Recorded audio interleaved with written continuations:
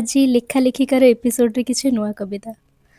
ସଜ ହେଉଥିବା ନାରୀମାନଙ୍କଠାରୁ ସଂଘର୍ଷ କରୁଥିବା ନାରୀ ଢେର ସୁନ୍ଦର।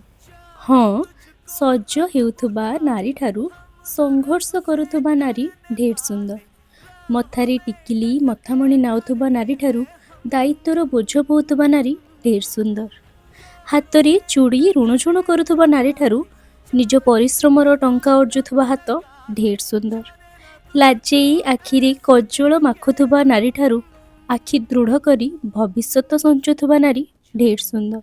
ହଁ, ସେଥିପାଇଁ ବୋଧେ ସଜ ହେଉଥିବା ନାରୀଠାରୁ ସଂଘର୍ଷ କରୁଥିବା ନାରୀ ଢେର ସୁନ୍ଦର।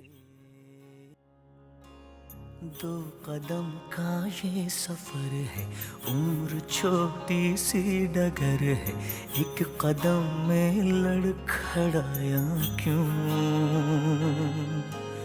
सुन